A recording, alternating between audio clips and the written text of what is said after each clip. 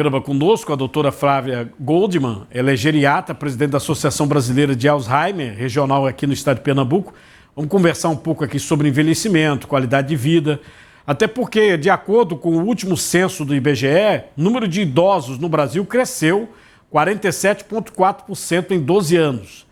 Tem pessoas que conseguem levar uma vida ativa, prazerosa, mesmo com as dificuldades da idade. Tem outras, aí a situação já fica bem difícil.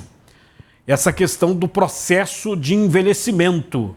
Por que doutora, no microfone, por favor, por que a gente fica velho, hein? Muito obrigado por sua presença.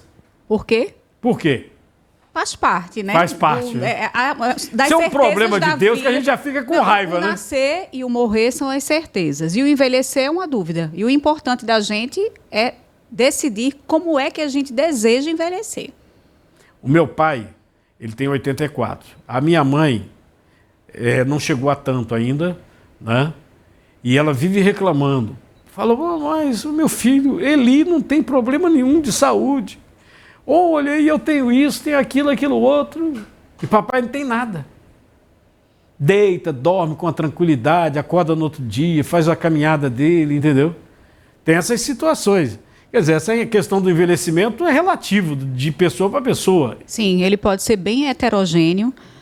Existe uma situação genética também, dizer, todos os meus morreram com 90, então eu assumo que eu também, né? Se meu pai, minha mãe, os meus avós morreram com 90 anos, possivelmente eu vou fazer, com a modernidade, 100 anos. Isso não é impossível, mas existem também as condições das escolhas de vida de cada um, de acordo com as suas histórias, que uma mesma família de filhos, cujos pais eram muito velhos, um ficou no álcool, em remédios pesados, consumia cigarro, engordou, não fazia uma dieta saudável nem exercícios físicos e faleceu bem antes.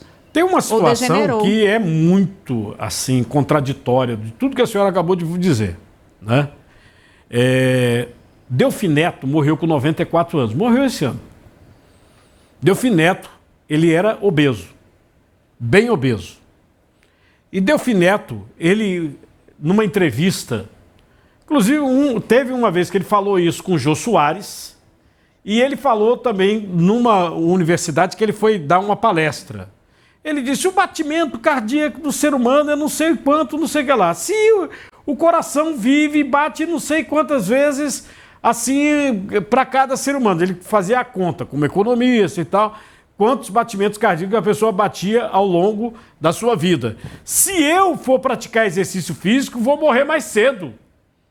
Porque gastou. Porque gastou. Isso aí não seria bem verdade, porque isso tem a ver na medicina com o excesso ou o exagero. Então, a escolha tem a ver também com a intensidade e o exagero. Então, se a gente fizesse o que fisiologicamente era programado, antes da gente ter essa modernidade, a gente tinha as florestas e nós íamos necessariamente caçar. E nós teríamos o estresse de ter um predador nessa caça. Estava todo mundo magrinho. Mas isso era por um tempo determinado. Eu vou fazer o exercício físico de caça, eu vou testar um ambiente, eu vou treinar a parte cognitiva também para ver se a hora certa de caçar aquele predador e é perigoso para mim, né?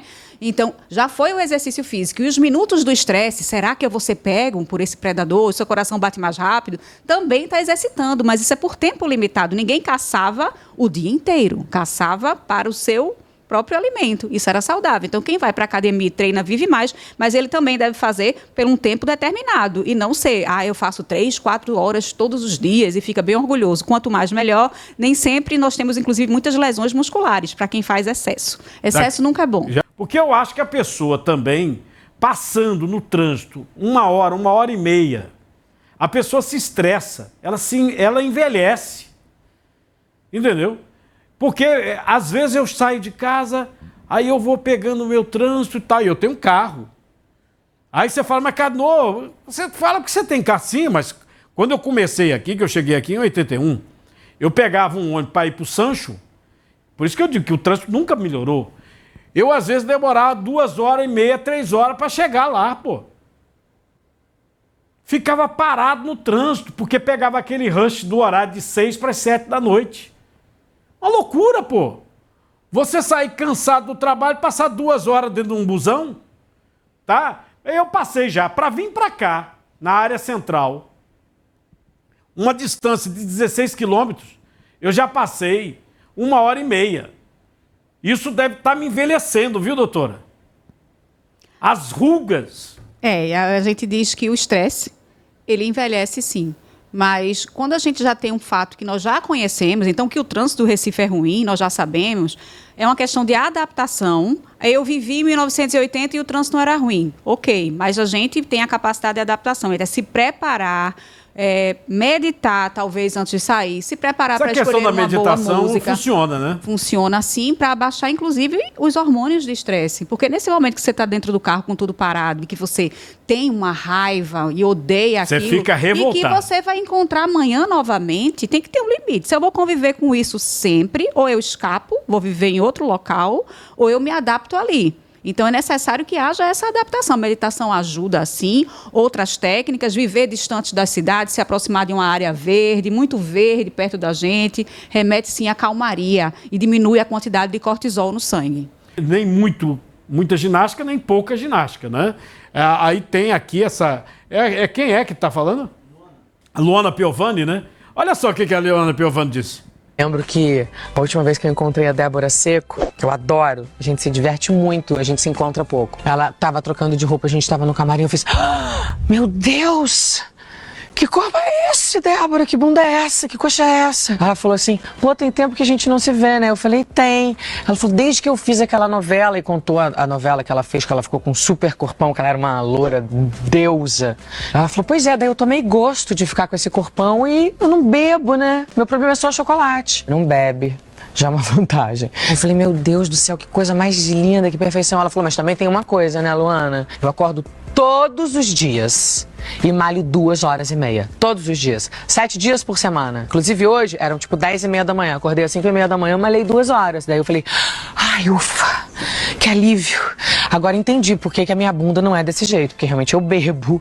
Eu não acordo todo dia às 5h30 da manhã pra fazer 2 horas de malhação. Ou seja, a gente tem que ter noção também das nossas escolhas. Tô falando isso porque a gente vê aquela bunda musa da Scarelli. Fala, ai meu Deus, eu queria aquela bunda pra mim. Tá, mas ela é triatleta, você é? Eu não. A gente também tem que saber fazer a conta pra gente não se julgar o tempo todo pra baixo. Então...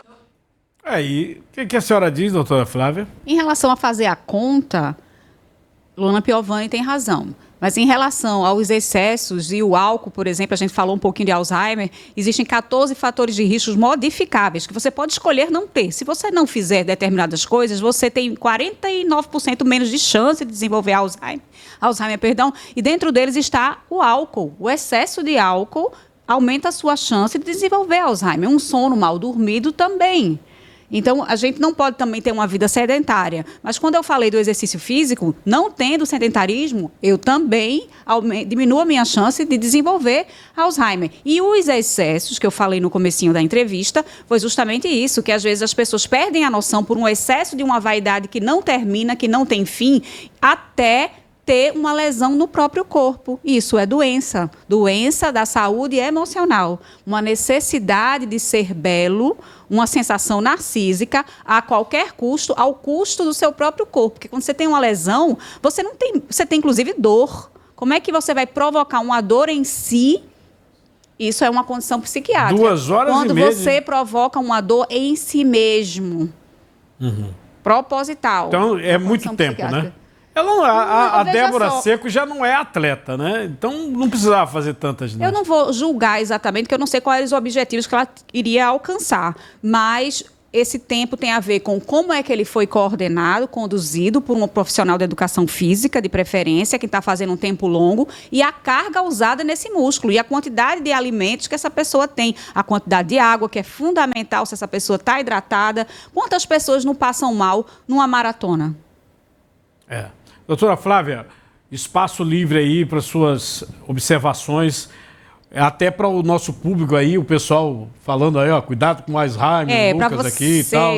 Para vocês todos que estão aí perguntando com Alzheimer, a gente está no mês mundial, quer dizer, o mês mundial de conscientização. Falando que o presidente gosta de uma cachaçinha, se vai fazer mal para o presidente. Tem várias coisas. A gente pode vir aqui de novo falar sobre esse capítulo do excesso do álcool. Mas sobre o mês de setembro, ele é o mês mundial de conscientização da doença de Alzheimer, é o setembro lilás ou roxo.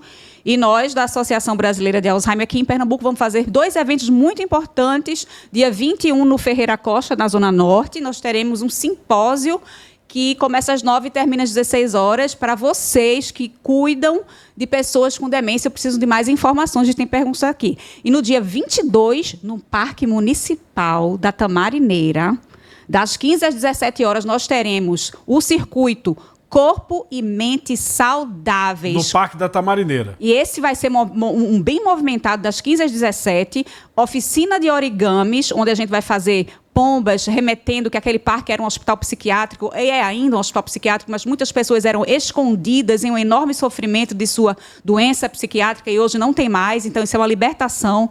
Nós temos também Tai Chi Chuan com o professor gerontólogo Jairo Neto, personal trainer, vai ter Desafia a Sua Mente comigo e vai ter, claro, aferição de pressão arterial e também de glicemia, porque também são 2 fatores de riscos modificáveis para o desenvolvimento de demência. E, por fim, aromaterapia. Nós sabemos que alguns cheiros podem acalmar ou até estimular uma pessoa com demência e o seu cuidador. Até o cheiro, viu? Sim, aromaterapia. Vamos acompanhar com a senhora aí.